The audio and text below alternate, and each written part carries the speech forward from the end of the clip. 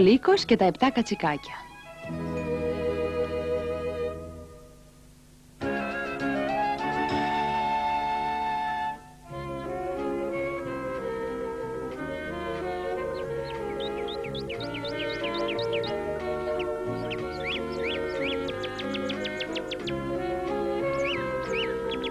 Μια φορά και έναν καιρό υπήρχε σε κάποιο μέρος ένα σπίτι κατσικιών.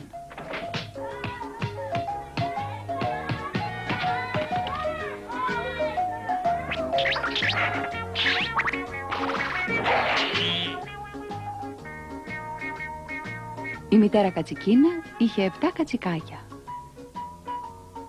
Τα αγαπούσε όλα πάρα πολύ. Ωστόσο, στο κοντινό δάσος ζούσε ένας απέσιος λύκος.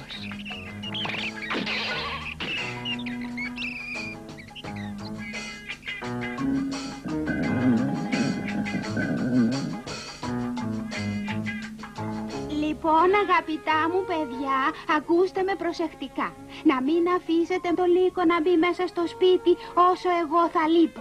Έχει μια βραχνή φωνή και μαύρα πόδια. Έτσι λοιπόν θα το καταλάβετε αμέσως ότι είναι ο λύκος. Η μητέρα κατσικίνα το επανέλαβε αυτό πολλές φορές προτού βγει για ψώνια. Αλλά ήταν αυτός ακριβώς ο λύκος με το άδειο του στομάχι που παρακολουθούσε τη μητέρα κατσικίνα να φεύγει. Να τα τρυφερά μου κατσικάκια.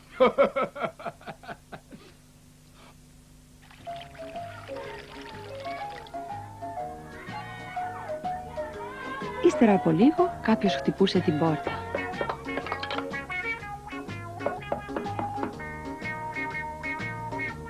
Ανοίξτε την πόρτα, παιδιά, είμαι η μαμά σας. Αν και ο λύκος νόμιζε ότι είχε ξεγελάσει τα κατσικάκια, αυτά κατάλαβαν ότι ήταν ο λύκος από τη βραχνή φωνή του. Μα τι κάνετε εκεί πέρα, ανοίξτε την πόρτα γρήγορα. Η μαμά μας δεν έχει τέτοια απέσια βραχνή φωνή. Εσύ είσαι ο λύκος.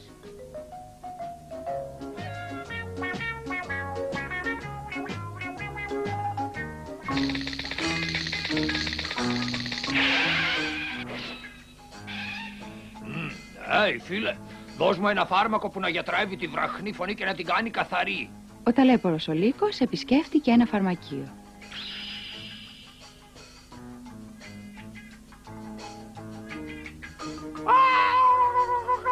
Παιδάκια μου, είμαι η μαμά σας. Εντάξει τώρα. Ο λύκος, που τελικά καθάρισε τη φωνή του, ξαναγύρισε στο σπίτι των κατσικιών καταχαρούμενος.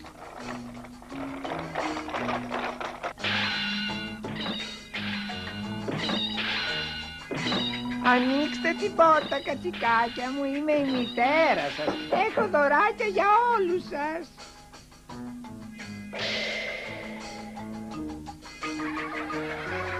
Τι τρέχει, ανοίξτε την πόρτα γρήγορα, γλυκούλια μου. Η μητέρα μας ποτέ δεν είχε τέτοια μαύρα πόδια.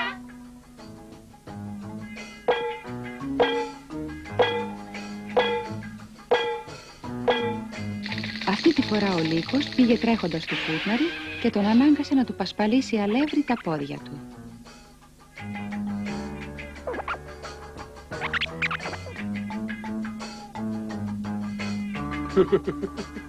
Εντάξει τώρα, αυτή τη φορά τα κατσικάκια σίγουρα θα με πάρουν για τη μάνα τους.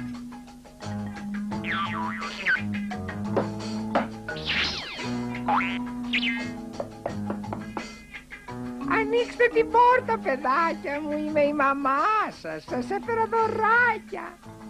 Τότε τα κατσικάκια είπαν προς την πόρτα. Κλείστε μας τα πόδια σου, αν είσαι σίγουρα η μαμά μας. Βέβαια, γλύκες μου, να τα δείτε αν θέλετε. Ορίστε. Ζήτω! Είσαι η μαμά μας! Τα άσπρα πόδια φαινόντουσαν από το παράθυρο και έτσι άνοιξαν την πόρτα χαρούμενα. Μόλις άνοιξαν την πόρτα,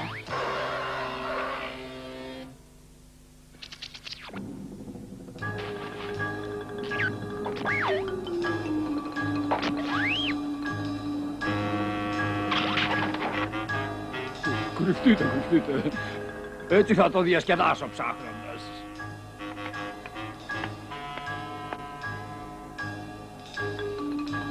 Το πρώτο κατσικάκι βρέθηκε αμέσως. Όσο επιδέξια κι αν κρύβονταν τα κατσικάκια, ήταν αδύναμα μπροστά στη μύτη του λύκου.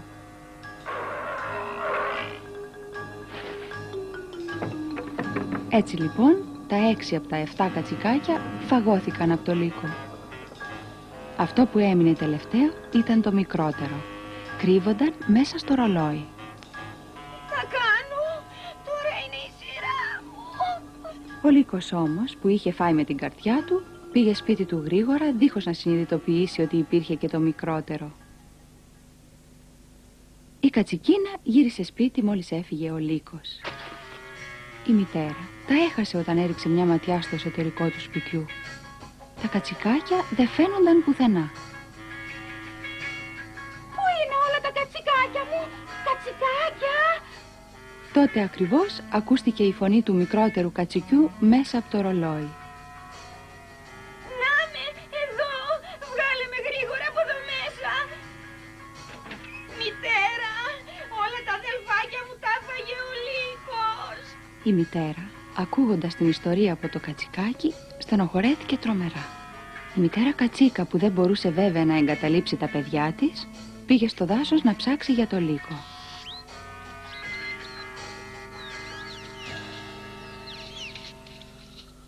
Τελικά τον βρήκε. Ο λύκος έπαιρνε έναν υπνάκο κάτω από ένα δέντρο με την κοιλιά του τούμπανο. Καθώς η μητέρα κατσικίνα κοίταξε το λύκο, η κοιλιά του ξαφνικά αναπήδησε.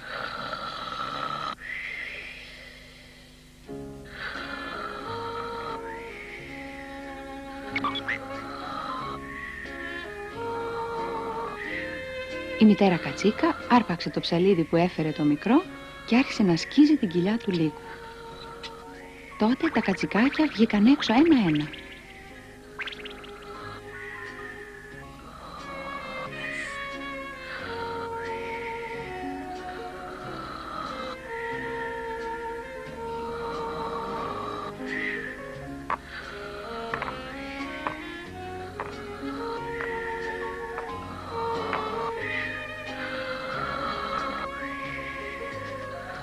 Η μητέρα κατσίκα γέμισε την κοιλιά του λύκου με χαλίκια και μετά την έραψε ακριβώς όπως ήταν πριν.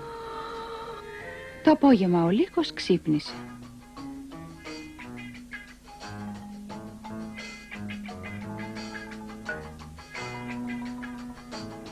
Παράξενο, ενώ σίγουρα έφαγα κατσικάκια, είναι σαν να έφαγα πέτρες. Ήταν τόσο διψασμένος που πήγε στη λιμνούλα με την κοιλιά πρισμένη να πιει νερό. Η κοιλιά όμως ήταν πιο βαριά από αυτόν και έτσι έπεσε με ένα πλαφ μέσα στο νερό. Από τότε ο λύκος δεν ξαναβγήκε στην επιφάνεια. Ο κακός λύκος βυθίστηκε μέσα στο νερό για πάντα. Και η μητέρα κατσικίνα και τα κατσικάκια της έζησαν αυτοί καλά και εμείς καλύτερα.